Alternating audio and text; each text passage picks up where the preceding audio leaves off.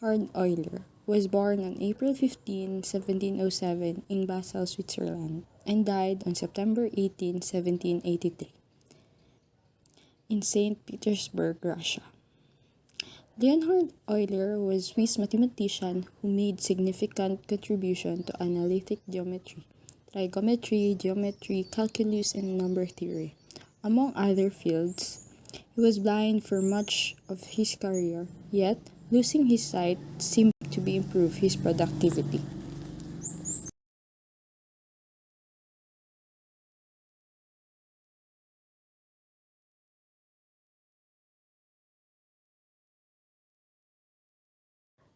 Graph and Euler circuit.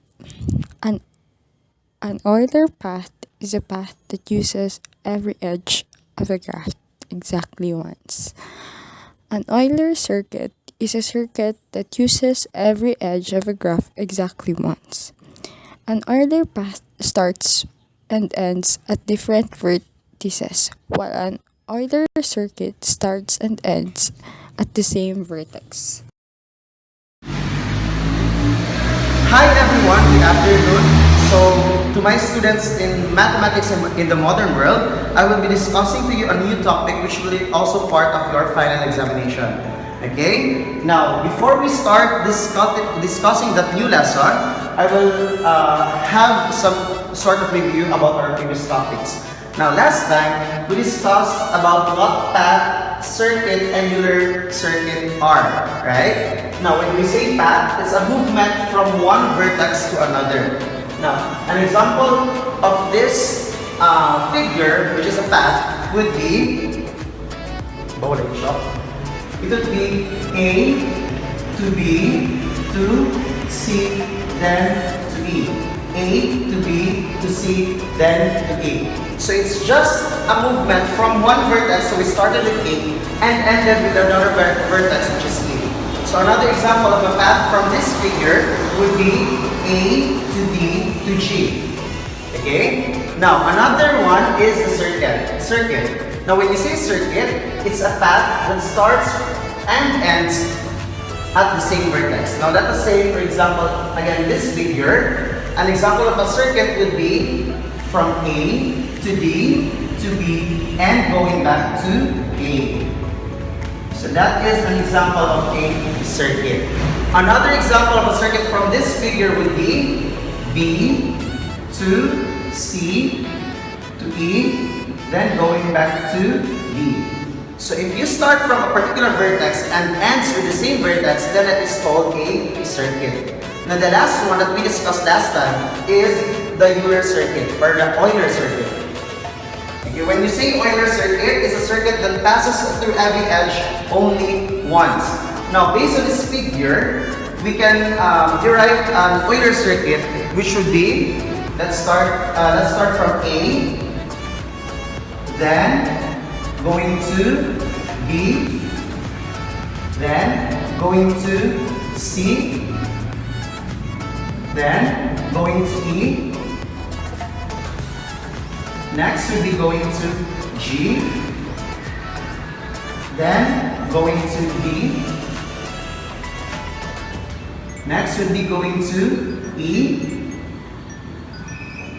then we have, that's B rather, next would be E, then we have H, next is G, then F, then going to D, and lastly we'll be going back to E. So this one is an example of an Euler circuit. Now when you say an Euler circuit, once again, it's a circuit that passes through every edge only once. Now when we say circuit, it starts and ends with the same vertex, just like this one. Now, you can only determine if a particular graph has an Euler circuit if and only if all of the degree of the vertices are even. Let's say, for example, the degree of A is 2. When we say degree, those are the number of edges connected to that specific vertex. Now, for B, we have 1, 2, 3, 4 edges connected to it. So that is why the degree of B is 4. For C, the degree of C is 2. For D and E, the degrees are 4. For F and H, the degree is 2. And for G, we have the degree is also 4. Now, since all of the degrees of all the vertices are even, therefore, we can draw different kinds of Euler circuits from this. Alright, so this time we will be talking about Euler path. Now, what is the difference and the similarities between Euler path and Euler circuit? Now, the similarities between the two is that they both pass through all of the edges in a specific graph only once. But the difference between the two is that when you say an Euler circuit, it's a circuit, therefore it must start and end with the same vertex. Now, unlike the Euler circuit, an Euler path does not necessarily end with the same vertex. Now, let us say for this example, we have A, B, C, D, E, F, G vertices in this specific graph. Now, when can we tell if a specific graph can have Euler path or Euler circuit? Now, you can determine a graph if it is an Euler path if and only if the degree of two vertices of that particular graph is odd and the rest would be even.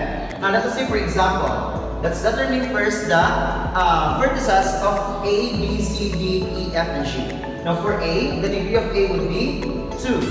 Okay? Now we have B, the degree of B would be 1, 2, 3, 3. For C, the degree of C would be 4. For D, we have 2. For E, we have 3. For F, we have 2. And G has a degree of 4. Now, two of those edges are odd, which are B and E, because their degrees are both 3. And the rest of them are even. Therefore, we can say that this graph contains an Euler path. Now, what kind of Euler path can we take out from this graph? Now, an example of which would be, let's start from, okay, before we do that, in plotting or in determining an Euler path, you must always start with a vertex that has an odd degree. Again, you must start always with a vertex with an odd degree and ends with another vertex, regardless if it's a vertex with an odd or even degree. Now, for this one, we could start with B since B has a degree of 3. Now, let's say we have B. So we have B going to A. Then we have G. Then we have B. Then we have C. Then we have G. Then going to F. Then E. Then C. Then D. Then E. Now, as you can see, in this path or in this movement, we started with the vertex B of an odd degree and ended up with another vertex which is E. Now, that is very important in graphing an Euler path rather, because you need to determine first the degree of every vertex present in that specific graph. Now, again, you must start always with a vertex with an odd degree and end with another vertex. Unlike the Euler circuit, all of the vertices of that graph must contain even degree. Okay? Now, that is all. So I hope that you have understood this afternoon's topic and see you next time. Goodbye!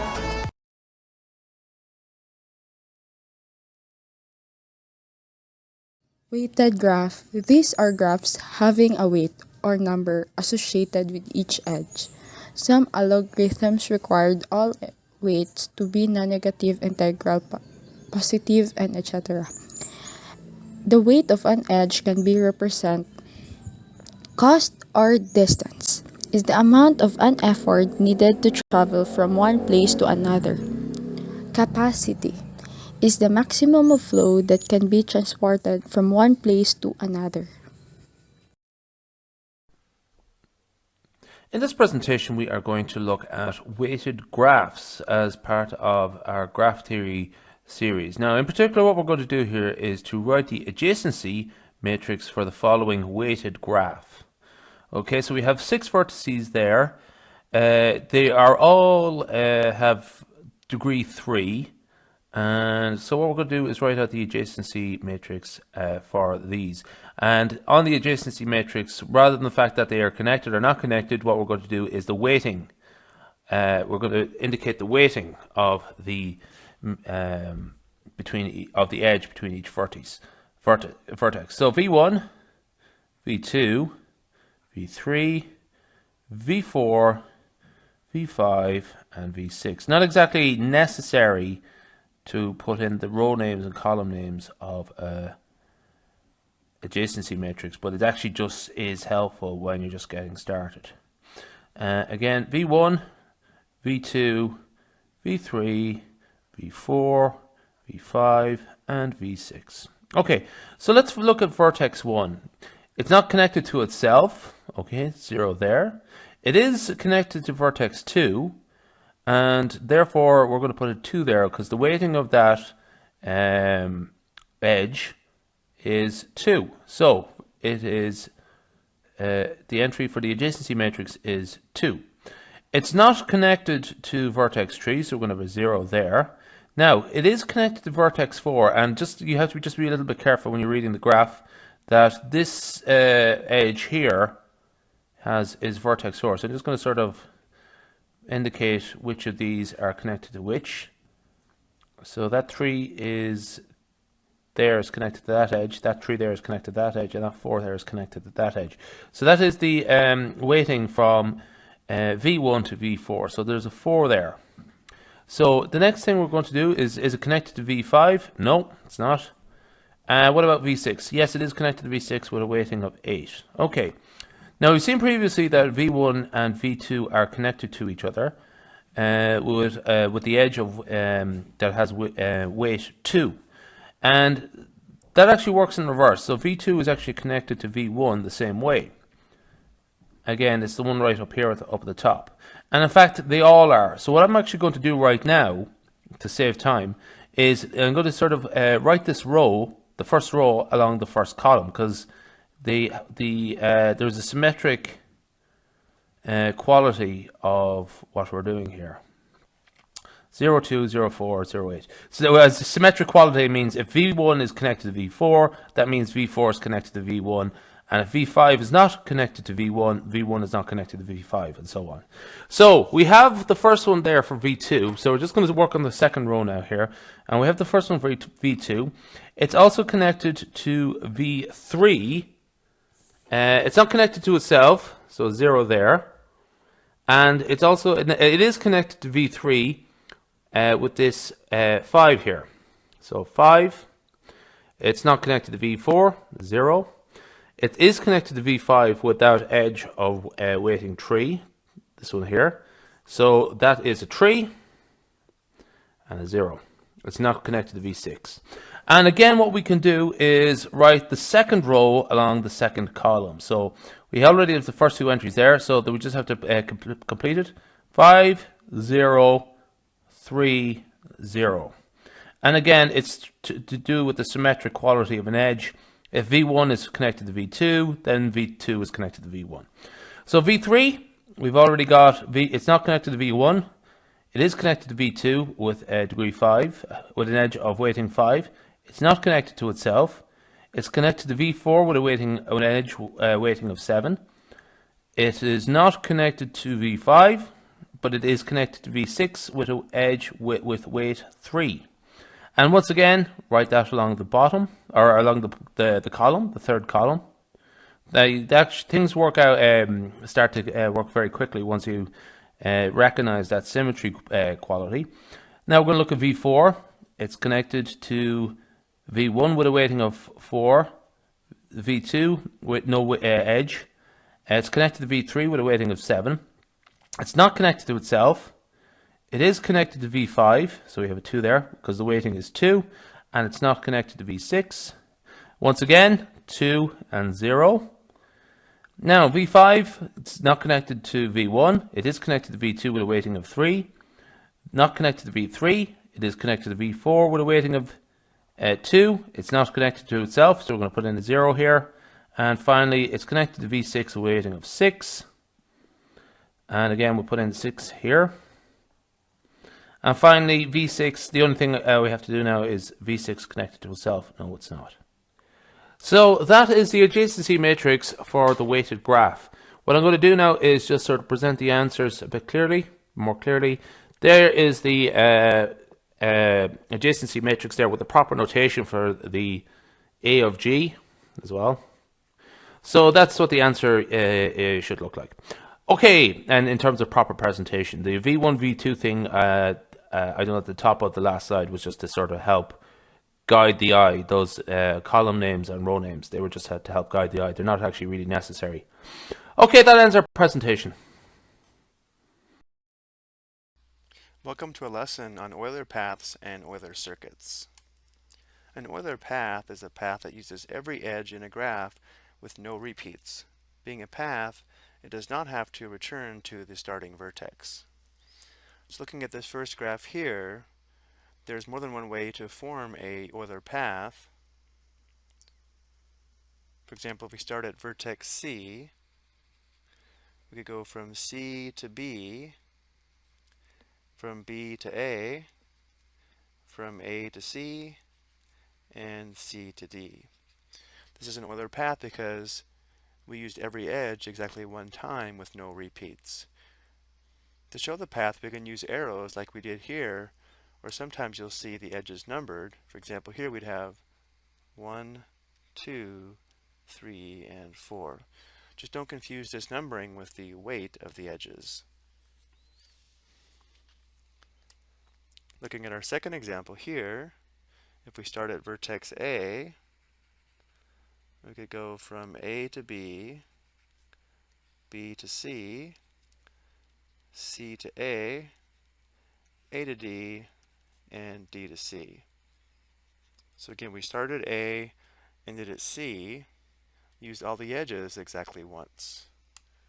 Or again, if we number these, we'd have 1, 2, 3, 4, and 5.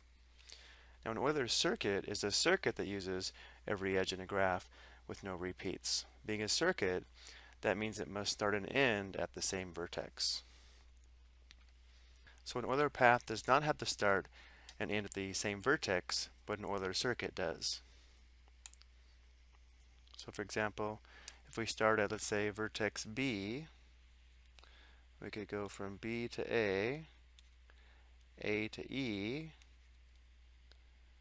back to B, to C, to D, to E, and back to B.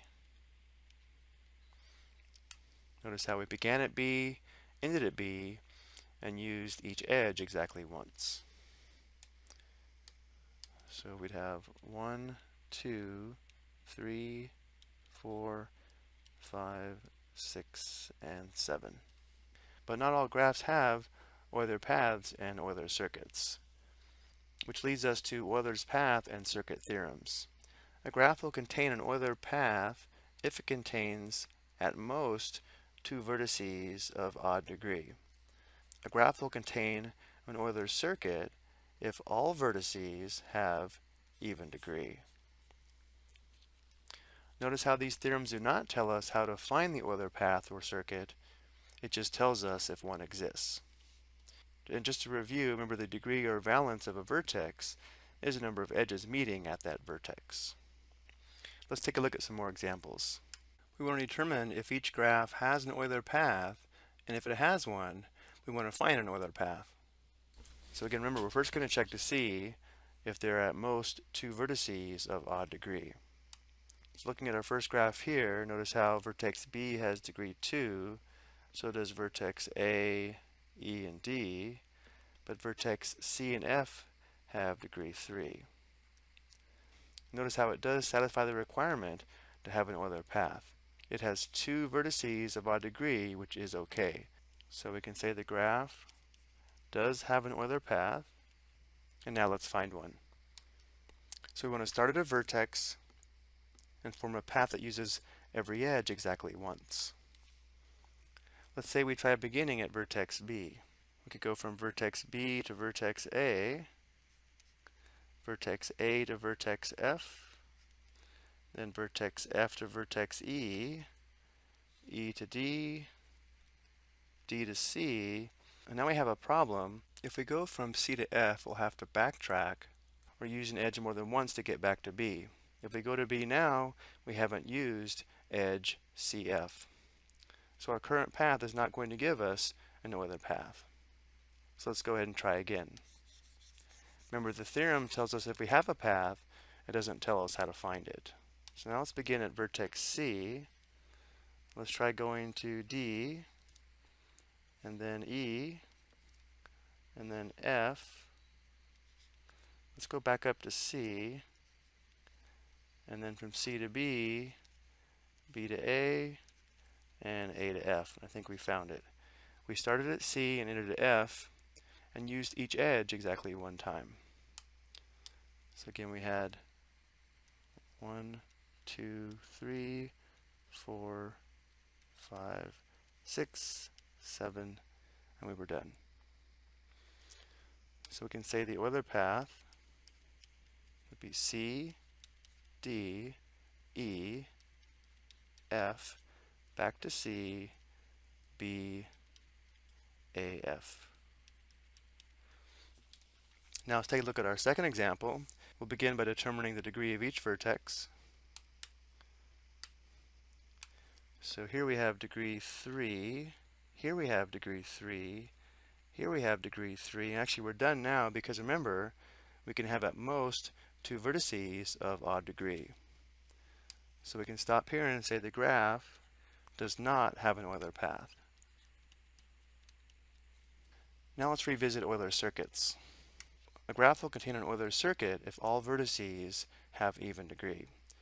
We want to determine if each graph has an Euler circuit, and if it has one, we want to find an Euler circuit. We'll begin by determining the degree of each vertex. So we have degree 2, degree 2, degree 4, degree 4, degree 2, and degree 2. All the vertices have even degree, therefore this graph does have an Euler circuit. So now we'll find an Euler circuit. So we'll begin at one vertex, form a path using all edges exactly one time, returning to the starting vertex. So if we start at vertex C, let's go to vertex B, to A, to F, back to C, to D, to E, to F, and back to C. So we started at C, went to B, to A, to F, to C, to D, to E, to F, and back to C. So our Euler circuit. So the Euler circuit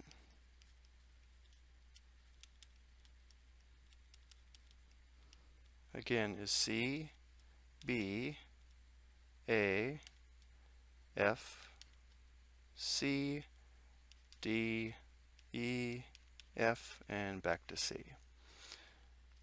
And you may have noticed this Euler circuit is not unique.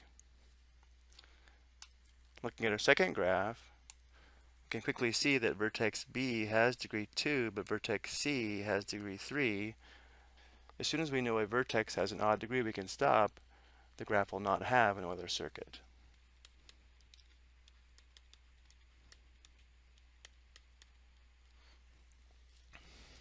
Now you might be asking, why do we care if an Euler circuit exists? Think back to our police officer on patrol from a previous example. The police officer wanted to patrol a neighborhood on foot by walking as little as possible. The ideal situation would be a circuit that covers every street with no repeats, and that's an Euler circuit. Luckily, Euler solved the question of whether or not an Euler path or circuit will exist. So looking at our graph here, notice how vertices A, F, C, and D all have degree 2. Vertices B and E have degree 4. Because all the vertices have an even degree, we can easily determine this graph does have an Euler circuit, which we actually found by trial and error in a previous lesson. One possibility would be to start at E, to D, to C, to B, back to E, to F, to A, to B, and finally back to E. Again, the Euler circuit was to follow this path. 1, 2, 3, 4, 5, 6, 7, and 8. I hope you found this helpful.